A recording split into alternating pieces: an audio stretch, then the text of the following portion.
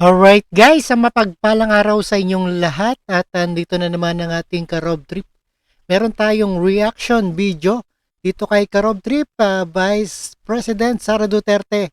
Ikinatuwa ang paglaya ni na SMNI host Badoy at si Celis.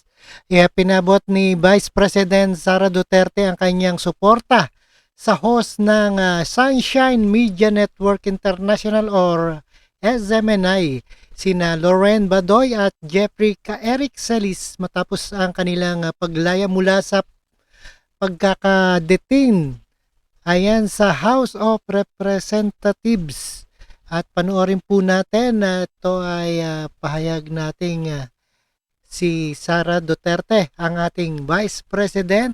And no other further ado, let's do watch dito sa UNTV. Ipinabot ni Vice President Sara Duterte ang kanyang suporta sa host ng Sunshine Media Network International o SMNI na sina Lorraine Badoy at Jeffrey Eric Celis matapos ang kanilang paglaya mula sa pagkakadetine sa House of Representatives.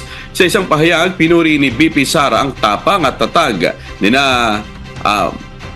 Badoy at Eric sa pagtindig para ipaglaban ang kanilang mga karapatan at ang saaligang batas ng Pilipinas.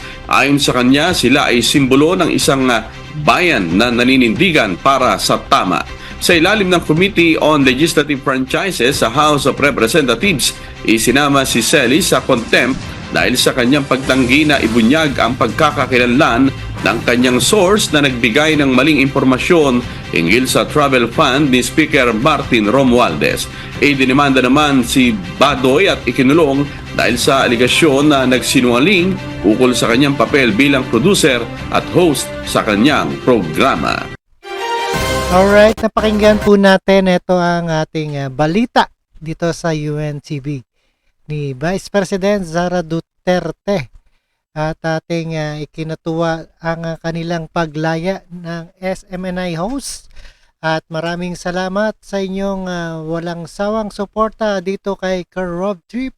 And see you again sa ating reaction video. See you at the next one. Please subscribe Rob Trip. Thank you guys.